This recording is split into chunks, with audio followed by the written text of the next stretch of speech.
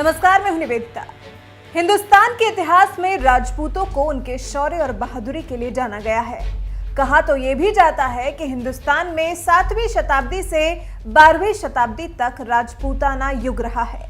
राजपूत हमेशा से ही अपने अनूठे कामों के लिए जाने गए हैं और अब एक बार फिर एक राजपूत परिवार के जरिए एक और अनूठी पहल की गई है, जो एक समाज सुधारक शुरुआत है।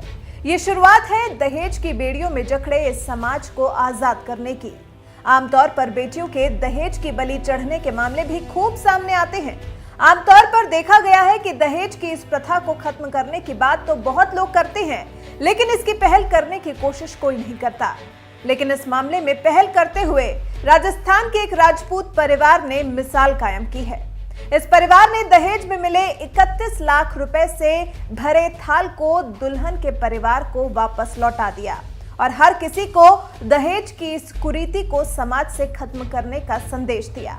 ये समारोह राजस्थान के सिरोही जिले के गांव आमथला में हुआ। तो चलिए बताते हैं आपको इस अनूठी पहल का पूरा घटनाक्रम। जानकारी के अनुसार सिरोही जिले के गांव आमथला के देवड़ा परिवार के हनुमंत सिंह के बेटे बलवीर सिंह की सगाई जैसलमेर के फलसुंड पोखरण के जोधाड़ा परिवार के मोहन सिंह जोधा की बेटी से तय हुई।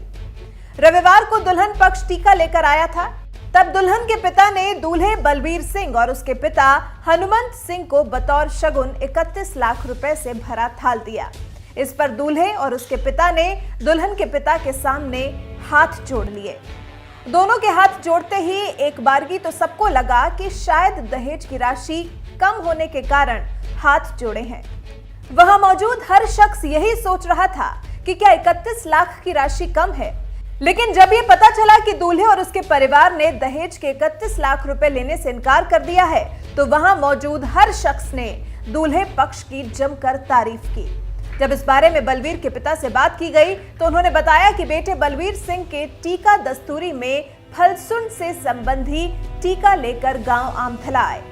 टीके की रस्मों के दौरान उन्होंने बतौर दहेज 31 लाख रुपए देना चाहा, तो मैंने और बेटे ने लेने से मना कर दिया, क्योंकि बेटियां अनमोल हैं, इनका मोल नहीं लगाया जा सकता। आज 31 लाख दे रहे हैं, कल किसी को 51 लाख या 1 करोड़ देने पड़ेंगे। इस प्रथा का कोई अंत नहीं है। बेटियां 2 घरों को संवारने वाली होती हैं, इसलिए दहेज जैसी कुरीति को बंद करने की पहल हमें खुद से ही करनी होगी। अगर सब हनुमंत सिंह की तरह सोचने लगे तो वो दिन दूर नहीं होगा जब हम दहेज की इस कुरीति की जड़ों को अपने समाज से उखाड़ फेंकेंगे। दूल्हे के पिता हनुमंत सिंह के अनुसार दहेज प्रथा के मामले में राजपूतों की भूमिका अग्रणी रही है। वो बताते हैं कि मैं और मेरी बेटी शुरू से ही इस प्रथा के खिलाफ है। मेरी बेटी ने मुझे सुझाव दिया था कि हम भाई की शादी में कोई दहेज नहीं लेंगे और हमने किया भी बिल्कुल वैसा ही। हमने आज टीके में मिले 31 लाख रुपए लौटाकर शगुन के तौर पर सिर्फ 1100 रुपए लिए हैं। वैसे आपको बताते चलें कि हमारे देश में दहेज लेने और देने पर कानूनी रूप से प्रतिबंध लगाया हुआ है, लेकिन हमारी जनता इस कानून को मानने के लिए तैयार ही नहीं। पहले दहेज को दहेज के नाम से लेते और देते थे, लेकिन प्रतिबंध लगने के बाद इसका नाम बदलकर शगुन कर दिया है। लेकिन यहाँ सवाल ये उठता है कि आखिर कब तक हम नाम बदलते रहेंगे। अगर नाम न बदलकर एक बार अपनी सोच बदल कर देखें तो अपने समाज में एक बड़ा बदलाव ला सकते हैं। क्यों ना हम बलवीर सिंह और उनके पिता के जरिए की गई पहल को आगे बढ़ाएं। आप हमें कमेंट कर अपनी राय जरूर बताएं।